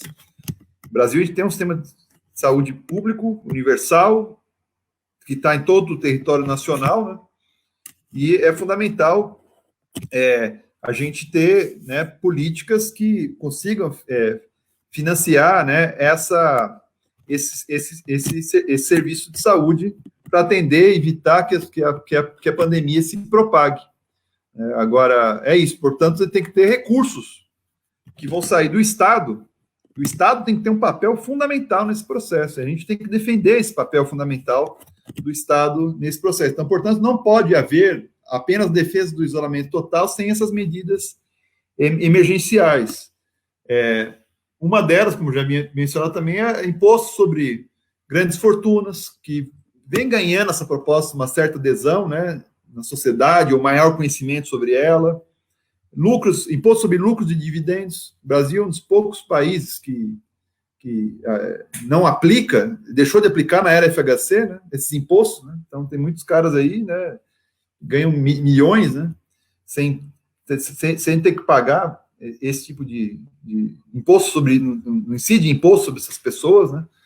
Então, eu vejo em termos de questões factíveis, né, que tem grande abrangência. Claro, a gente pode também, enquanto no campo da esquerda, fazer, né, políticas de solidariedade, né, nos bairros, nos municípios, né, nas localidades que visam juntar recursos ou alimentos, né, produtos de limpeza para doar para as famílias que estão desassistidas, né? Mas só de voluntarismo a coisa não ser efetiva, né? Ou seja, é necessário ter esse recurso que o Estado garanta, né? E, portanto, essas medidas emergenciais são fundamentais, né? E tirar o Bolsonaro é uma medida emergencial fundamental para que tanto o chamado keynesianismo de crise como o isolamento total possa, pelo menos, figurar no horizonte da política brasileira. Porque quando ele estiver lá, né, enfim, as coisas se dificultam, né? A sua força política é a força política do não isolamento, do retorno às atividades, do genocídio, de morte de um monte de gente, de não investimentos. É bom lembrar que o sistema de saúde vem sendo desidratado já faz tempo, né? E especialmente a partir da emenda constitucional 95, né? Que aí sim resultou em cortes de profissionais, ou redução de contratação, né, falta de investimentos para hospitais, e por aí vai. Né? Então, essa eu vejo como aquilo que é factível são essas medidas emergenciais. Algumas são mais factíveis do que outras. Por exemplo, imposto sobre grandes fortunas é mais difícil fazer a sua implementação de maneira no curto prazo, né? Tem que ter um caldo de manifestação, né? Por exemplo, na Argentina já começa a se examinar essa questão. Embora lá temos um presidente com outro verniz político, né? Progressista e etc. Né? Então, aí é um caminho. Agora, aqui a gente tem que lidar tanto com uma crise sanitária como uma crise política, né? É algo que é inacreditável, mas é algo que outros países não estão enfrentando tanto isso, né? E aqueles países que quiseram fazer essa polarização entre volta à atividade e não volta, ou faz isolamento total, estão sofrendo os efeitos hoje, né? Que estão aí, manifestos no caso da Itália, né? Morte aos milhares, né? Pessoas sendo enterradas sem fazer velório, né? Por aí vai, é isso. Danilo, pessoal está animado aqui. Tem uma pergunta aqui do Haroldo que eu não gostaria de estar na sua pele para responder. Haroldo Bichaco. Danilo, uma possível tragédia humanitária com relaxamento da quarentena e o colapso do sistema de saúde poderia criar a possibilidade para emplacar junto aos trabalhadores, ou mesmo setor da burguesia e das classes médias, a necessidade de um novo modelo econômico e social, ainda que reformista, com serviços públicos eficientes? Essa pergunta é aquela que poderia responder assim, né? A gente aprende com a desgraça, né? Talvez na desgraça, né? Porque eu fico impressionado, moro em Chapecó, a cidade está funcionando, assim, normalmente, as pessoas estão andando sem máscara, né? Teve pessoas querendo agora entrar no supermercado sem máscara. Voltaram à normalidade, bares funcionando, etc. Né? E às vezes as pessoas têm que aprender na marra, né? Ou seja, com os processos, esses processos mudaram profundamente as nossas vidas, mesmo que a tragédia ainda não se pronunciou de maneira forte no Brasil, né? Mas realmente a gente tem que estar preparado para esse tipo de debate, tanto para sustentar um reformismo mais forte, né? Como sustentar a defesa de um. É um momento para a gente discutir o socialismo também, né? É uma coisa que eu sempre falo, né? Um dia participei de uma discussão aqui em Chapecó sobre a questão do fascismo, e eu falava assim, impressionante, né? Como que a palavra comunista, socialista, está muito mais na boca dos bolsonaristas que no campo da esquerda, né? No campo progressista, na boca dos trabalhadores, né? Como algo positivo, como algo que possa apresentar um horizonte diferente do neoliberalismo. Essa questão da defesa da vida hoje é um aspecto que fortalece, né? Especialmente no caso brasileiro, né? A luta do campo progressista, né? Mas não está dado. Novamente, eu gosto de insistir isso aí sempre. Política não pode tratar a política, especialmente numa crise, onde que as disputas são gigantescas, as possibilidades de resultados são variadas, né? A gente não pode falar, não, vai ser assim, né? Eu acredito que à medida que essa pandemia se expandir no Brasil, os hospitais não conseguirem atender as pessoas foram morrendo, o nível de indignação social, né, vai se ampliar. Agora, se essa revolta vai ser dirigida pelo campo progressista, aí que eu vejo uma dificuldade olhando como que está a coisa hoje, né? Como eu falei, né? Ou seja, essa defesa do isolamento total hoje, essa luta, né? Ela ainda é dirigida por forças do campo da oposição de direita ao bolsonarismo, vamos dizer assim, né? São as principais, o que está mais em evidência, né? A gente está com dificuldades ainda nesse processo, né? Mas realmente pode caminhar para essa... E é bom que a gente faça esses debates, né? De um novo modelo econômico, seja nos termos do próprio capitalismo ou, efetivamente, da sua superação, né? Agora, o que a gente não pode deixar de fazer deixar de fazer esse debate, né? Acho que é importante hoje a gente pensar nessa luta, né, na articulação desse momento da emergência com a luta anticapitalista. Eu acho que essa questão tem que estar no nosso horizonte, né, porque, como eu falei, né, a palavra comunismo está mais na boca dos bolsonaristas do que na nossa, né? E hoje todo mundo é comunista. Todo mundo que se diverge da posição dos bolsonaristas são comunistas no Brasil. Dória, Witzel, né, Raquel Sherazade, enfim, isso. A gente está sem forças, né, para o campo ideológico para fazer esse embate que é tão preciso e necessário nesse momento. Danilo, estamos caminhando aqui para o final, mas tem mais duas perguntas aqui para você. É da Mariana Lopes e da Raíssa. Entretanto, antes de colocar a pergunta delas, a Raíssa já tinha perguntado também, né? Antes de colocar novamente a pergunta delas, o Valdemir Costa, ele faz aqui uma observação, que ele, na verdade, ele está se referindo a um programa de governo, a construção de um conjunto de propostas concretas e não apenas pontuais. Como é que a esquerda, então, poderia, né, apresentar quais seriam probabilidade de sermos mais concretos nisso. Depois eu apresento para você as duas últimas perguntas. Eu acho que há uma dificuldade, né, que eu acabei não comentando, mas que marcou o debate recente no Brasil, que é pensar em 2022, né? O debate que precedeu a crise do coronavírus é um debate totalmente focado no eleitoralismo, né? Não que, como posso sempre ressaltar, não há nenhum problema de disputar as eleições, são importantes, né? Mas como que esses partidos, essas correntes, né, do campo progressista se tornam um povo, efetivamente, né? Consegue dar adensamento, politizar o povo para fazer o debate, né? E o debate eleitoral de escolha de nomes, né, desse processo de fulanização da política, os salvadores da pátria que vão salvar o Brasil, né? É o Ciro, é o Flávio Dino, é a volta do Lula, é o Boulos, enfim, isso atrapalha, né? Essa personalização da política atrapalha a luta. A gente tem que, como eu tentei insistir aqui, né? Ou seja, para que um programa de governo seja efetivo, tem que se dialogar com as massas, tem que ter inserção no movimento de massas. A gente está todo momento falando, mas trabalho de base, trabalho de, né, formiguinha, é necessário, etc. Né? É necessário, mas também tem, ou seja, é necessário, fundamental, ele tem que ser feito, mas tem que ser feito também com um horizonte onde se tem, como foi colocado aí, um programa, ser apresentado para a sociedade e estabelecer claramente quais forças podemos contar para efetivá-lo. Acho que o maior desafio hoje não é ganhar efetivamente eleições, ela ajuda muito na luta, obviamente, ocupando cargos, né? Posições no aparelho de Estado é fundamental. Mas esse enraizamento, eu acho que é importante se preocupar como a gente pode aproveitar essa conjuntura para dialogar com as massas, né?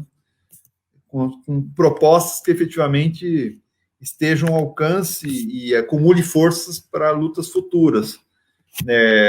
Então, a ideia do programa de governo, ela é fundamental, desde que a gente não fique nessa luta muitas vezes intestina, né, entre as forças do campo progressista, para saber quem estava certo em 2018, o cara que foi para Paris ou não, no meio do processo eleitoral, né? Enfim, o Brasil está... E do nada vai sair. Tem pessoas não, já consideram como algo dado, né, a morte do PT, e agora vão surgir outras forças, né? Não, a gente tem uma trajetória, né? Tem o PT, a CUT, o PSOL, uma força que aponta para um reformismo mais forte no curto prazo e aponta também a direção estratégica da construção do socialismo, está no seu próprio nome, né? Mas eu vejo com dificuldades a gente não consegue efetivamente efetivar essas propostas se não tiver esse enraizamento, né? Ou seja, não pode ser uma ideia de um grupo de vanguarda sem retaguarda, né? Como que é um momento que a gente consegue interpelar o povo hoje, né? Eu acho que essas coisas que estão colocadas, né? A sobrevivência das pessoas, a manutenção básica da vida das pessoas é algo que a esquerda tem que apresentar respostas nesse momento. Né? Não é só o simples...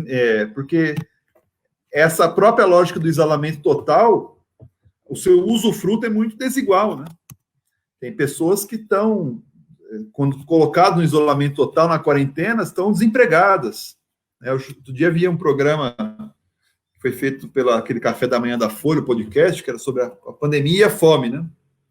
Aí o moleque, o filho de um cara que é pedreiro, né? O pedreiro, ele falava que tinha perdido muito trabalho nessa crise, as pessoas não querem mais os seus serviços, etc. E o filho estava em casa, né? E falou que tinha acordado com vontade de comer morango, né? E o morango só existia na escola, né? Porque muitas das crianças vão para a escola para comer. Nem sequer, às vezes, o elemento fundamental da escola é o aprendizado, né? É a comida, as questões emergenciais, né? Então, a esquerda tem que estar muito atenta, né, para,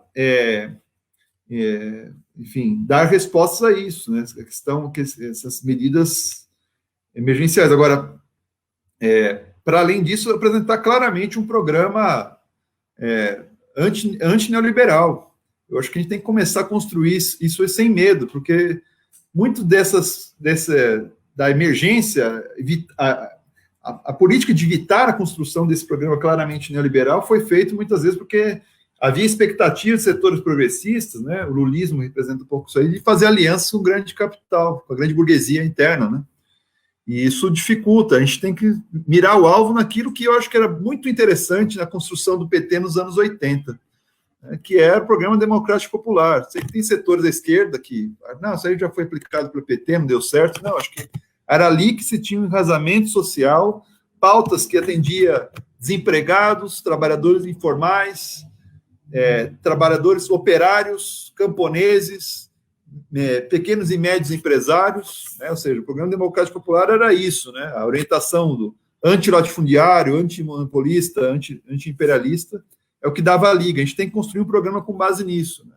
E não ir para as ruas interpelar o povo apenas com nomes, salvadores da pátria. O Lula vai salvar, o Flávio Dino, o Boulos, o Ciro Gomes.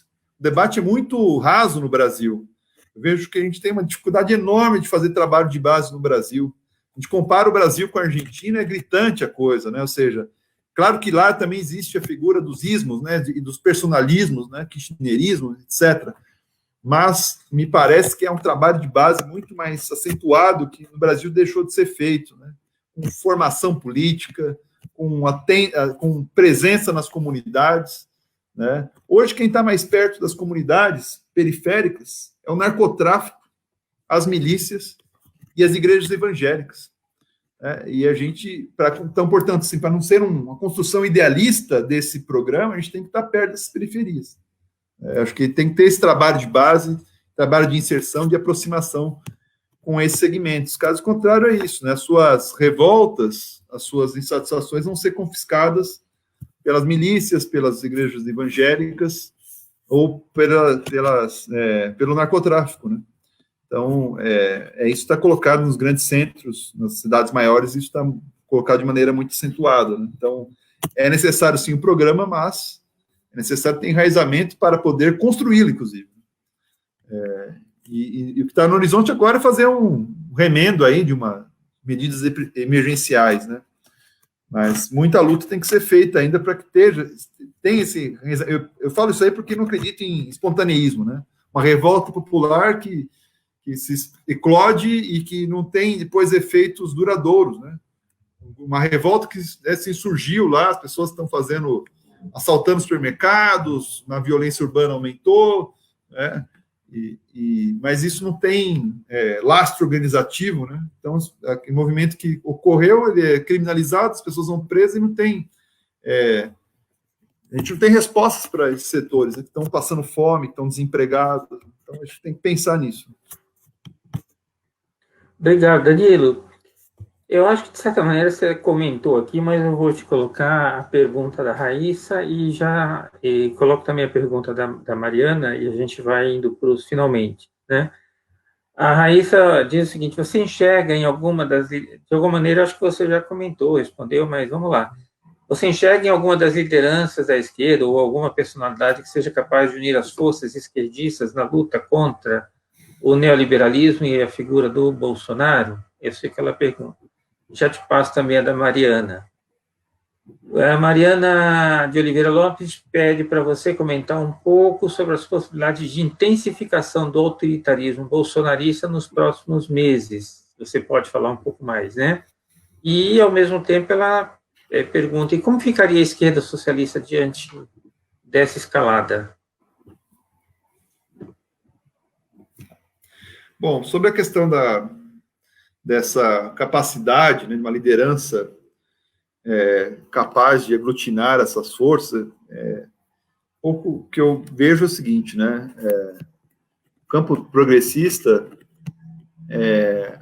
talvez a questão essencial não seja essa, né, seja o enraizamento. As direções estão longe, distantes, e a gente estão distantes da base, né? Ou seja, a questão clássica do Maquiavel, né? Quando que o príncipe se torna povo, né? É isso, ou seja, há tanto no campo sindical, dos movimentos populares, dos partidos, né? Há uma forte dissociação entre direção e base, né? E a gente acho que tem que pensar nessa capilaridade. Acho que a pergunta essencial não é qual o nome, né? Mas como a gente consegue ter capilaridade e inserção no movimento de massas. A prioridade deve ser essa. Caso contrário, a gente vai acabar tendo um entendimento, né, de que a solução se dá por um salvador da pátria. Eu não acredito na eficácia dessa política do ponto de vista de apresentar reformas que são propostas que tenham densidade política, que aponte pelo menos no horizonte de um reformismo forte, né? A mesma coisa, a gente podia fazer o mesmo tipo de análise, a gente poderia se aplicar ao Bolsonaro, né? A direita também tem dificuldade de ter um nome substituto para ele hoje. Ele foi, mas ele também não é uma figura que se constituiu de maneira isolada, né? Se a gente pegar, né, inclusive votações, né, Bolsonaro que tinha ali como deputado nos anos 90, cerca, né, uma média de 100 mil, 150 mil votos como deputado, em 2014 passou para mais de 400 mil, né? E depois agora se tornou presidente da República, né? Então, ou seja, com base em setores ligados às polícias militares, aos evangélicos, aos setores de classe média, né? Ou seja, foi uma candidatura que se foi constituindo no processo, não brotou do nada, né? Inclusive, a esquerda subestimou a força, né, do Bolsonaro, né? Mas é isso, né? Uma figura que ocupava o baixo clero que se tornou presidente do Brasil, né, com uma construção gradual, né, que foi amparado nessa guerra cultural ou disputa ideológica formada aí pelos grupos ligados ao Olavo de Carvalho, né, pelas próprias lideranças, né, não as bases, né, as lideranças fundamentais da igreja evangélica, né. Então, até essa discussão que se faz hoje sobre fake news, né, uma fake news só é aceita porque as pessoas que enviam são reconhecidas como autoridades, né, como políticas, né, ou pessoas próximas, né. Então, ou seja, tem essa capilaridade, né, as igrejas evangélicas têm uma capilaridade gigantesca, né, no país. Hoje, o Bolsonaro fala para eles a todo tempo, né, tanto é que agora, recentemente, saiu um manifesto, um vídeo, para as pessoas irem para as ruas, né, defendendo, né, várias lideranças evangélicas que hoje contam com rede de comunicação fundamental, né. A gente está desarmado desse debate ideológico, né, ou seja, tem uma dificuldade, inclusive, usar Facebook, Instagram e WhatsApp, e enquanto, né, os setores bolsonaristas têm controle sobre aparatos televisivos. A gente agora está na defesa até da Rede Globo, né, ou seja, que está fazendo um enfrentamento com o Bolsonaro. Essa é a miséria ideológica que a gente se encontra, né? Então, ou seja, para ganhar essa força, né, para essa liderança constituída, tem que vir de baixo, né? Não, você pega as grandes figuras das lutas, o próprio Lula, né, também surgiu de uma construção, movimento sindical, o Evo Morales, o Chaves, né, por aí vai. Sobre a questão da intensificação do autoritarismo, ela não é descartável. Eu só não acredito naquela política de terra arrasada que o Agamben escreveu ali recentemente, né, que o confinamento ia gerar necessariamente uma repressão total, controle dos corpos, controle da vida das pessoas, etc. Claro que isso pode ser aproveitado pelas forças que têm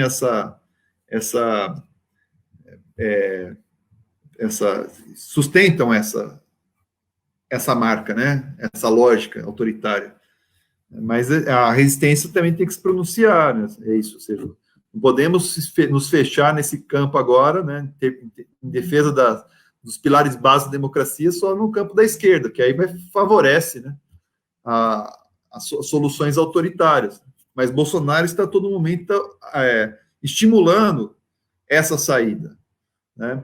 Inclusive essa saída de que essa ideia, né, de incorporar a ideia de que há uma racionalidade nas Forças Armadas, né, os discursos de empresários, né, o cara tem aqui eu não sei se no Paraná também tem, mas aqui tem a lojas Becker, né, que vem principalmente no Rio Grande do Sul. O cara falou abertamente, tem que ter intervenção militar já, né.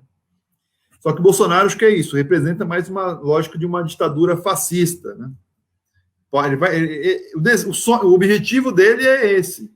Mas agora, se ele existe entre o objetivo e a concretização, existe um buraco aí, né? Ou seja, difícil, não é tão fácil construir assim, né?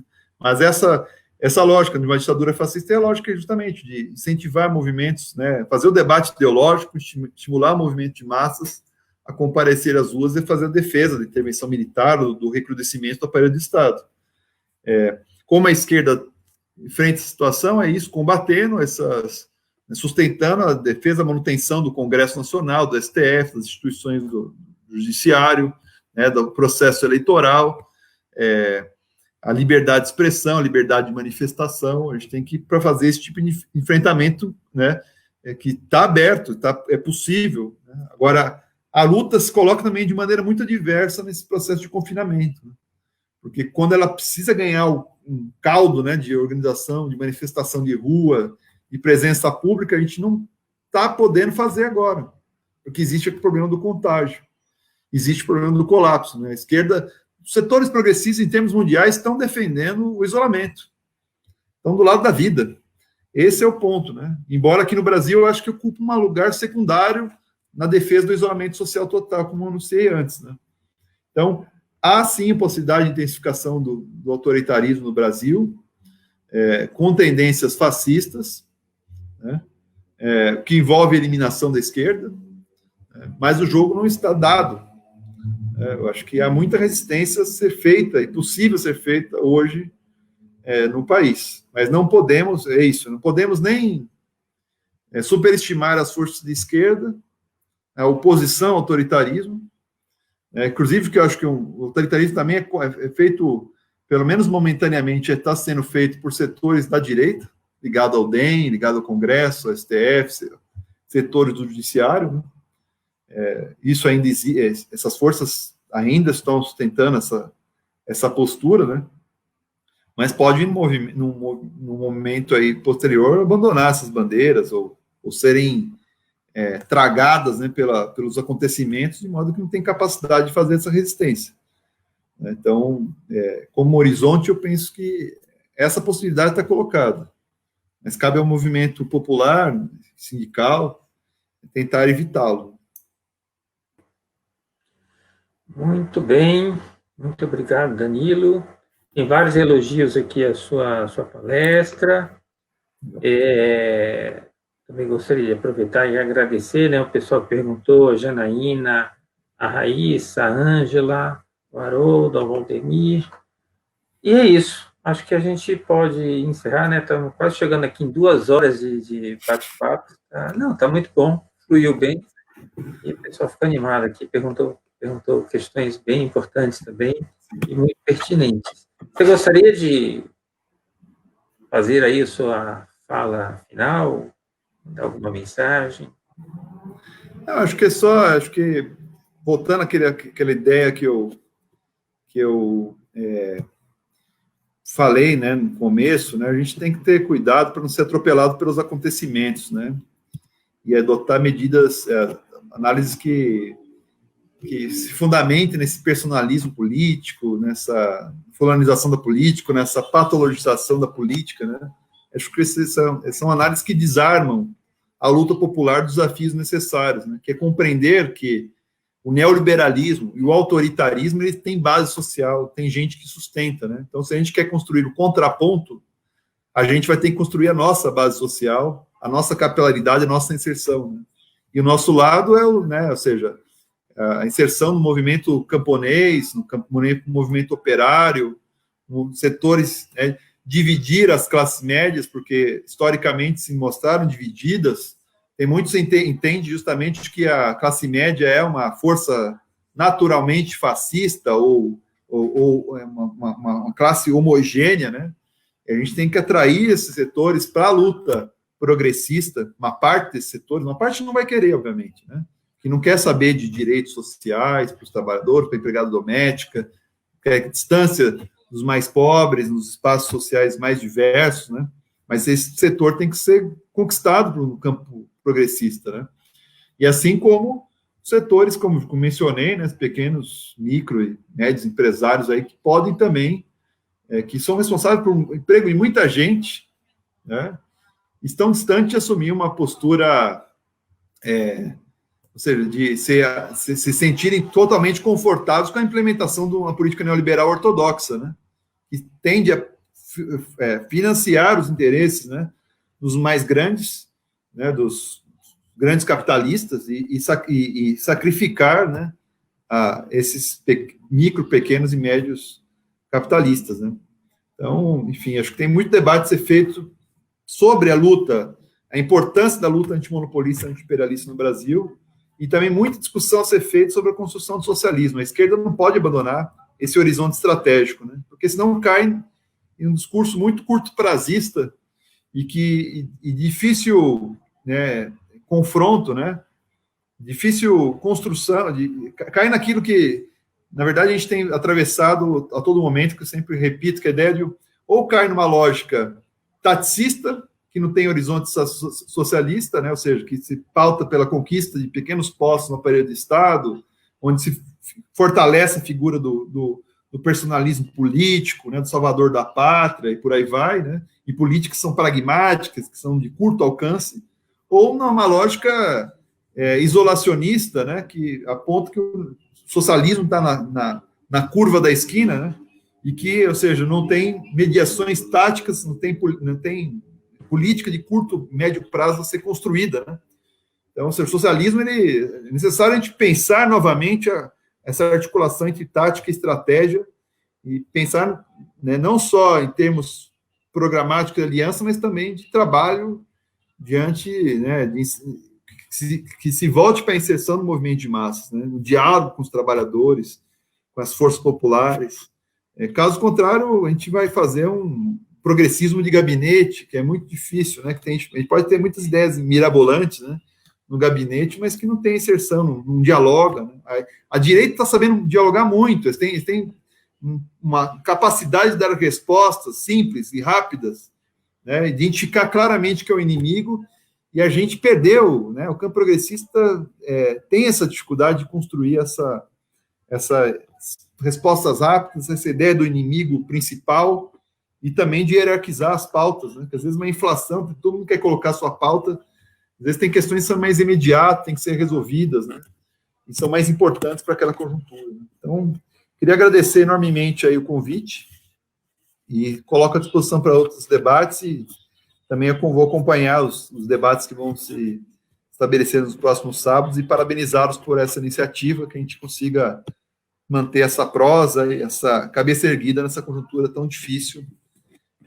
para a humanidade, de maneira geral, né, mas especialmente para as forças progressistas aqui no Brasil. É isso. Obrigado. Obrigado, Danilo. Pelo visto, inclusive, não faltarão temas, assuntos, né? Janaína até está chamando a atenção aqui para que role repetecos. E a gente vai conversando e certamente vamos arrumar uns temas aí bem interessantes para darmos continuidade a esses debates. De qualquer maneira, fica aqui o nosso agradecimento, né, pelo Núcleo de Formação Política do PSOL de Londrina, e até a próxima, gente. Valeu. Valeu, Leão. Abração. Tchau, obrigado.